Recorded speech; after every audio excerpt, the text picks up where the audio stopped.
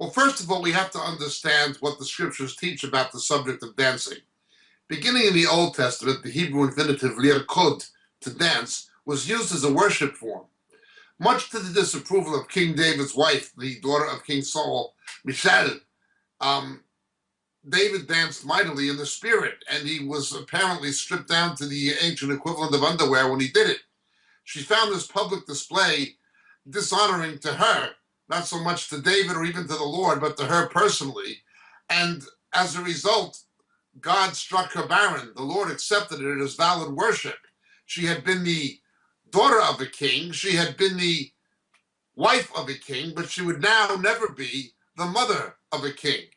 Under God's judgment, the Lord approved of David's dancing in the spirit as a worship form. And so we see in the Exodus, when Mary, that is Miriam in Hebrew, took the timbrel, the Toth Miriam in Hebrew, and began dancing before the tribes of Israel, the horse and rider thrown into the sea, leading the women and singing the song of Moses. Again, it was a biblically acceptable form of worship.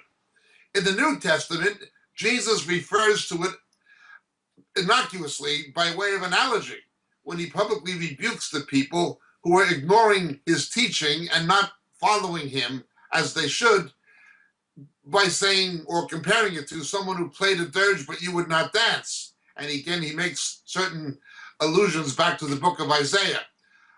So there is nothing in Scripture that inherently forbids the practice of dancing per se, nothing at all. It's the way that dancing is done and the reason why it is done.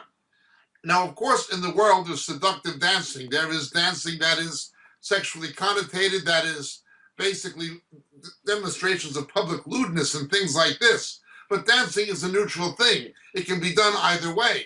I have seen Davidic dance that is well done quite tastefully and quite worshipfully, and I have no problem with it.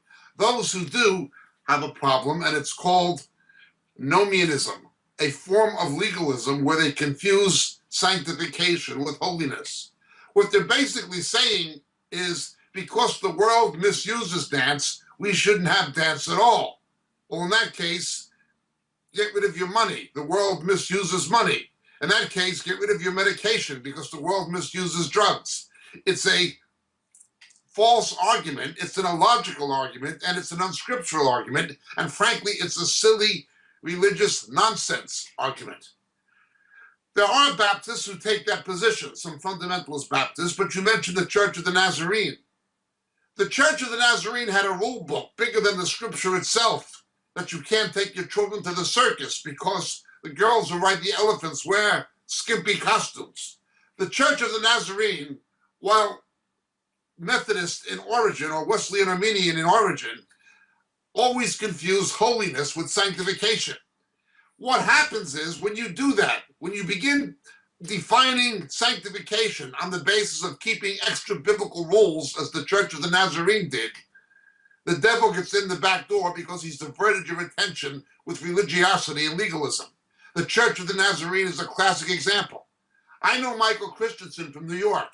He was a leading figure in the Church of the Nazarene, did his doctorate in Yale University in theology, and he was gone into theological liberalism. It was unbelievable what he's done. Dr. Kent from the Nazarene headquarters in Kansas City signed evangelicals and Catholics together.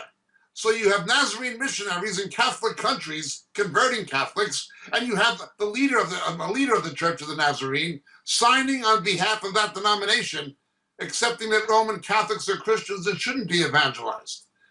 The Church of the Nazarene is in decline theologically and spiritually, and I would argue even ethically and morally in some quarters. It is infiltrated with theological liberalism. And the way that the devil bushwhacked them, hoodwinked them, was to get them to focus on legalism and confusing legalism with holiness. This is the Church of the Nazarene. They're Dr. Kent signed evangelicals and Catholics together. They have bigger problems than dancing or the girls riding the elephants in the circuses wearing skimpy costumes. The whole thing is silly. Now, obviously, Christians should refrain from public displays of promiscuity. things that you'd see in the disco phenomenon of the 1970s and things like this, where the dance steps were often sexually connotated. Simply public promiscuity, sexually charged dancing, things that should not be demonstrated in any kind of public way by Christians, should be something, should be simply obviously the reserve of the marriage chamber and not outside of that. This is clear. We avoid the world's interpretation of dancing when it is of a promiscuous nature. But to say there's something wrong with dancing in and of itself and the church should forbid it is complete religious nonsense. It has no scriptural foundation whatsoever. It is a diversion. Legalism, nomianism are not holiness. Walk in the Spirit, you will not fulfill the desires of the flesh. Biblical rule keeping will avail nothing, we're told in Romans. My name is Jacob Prasch. Thank you so much. God bless.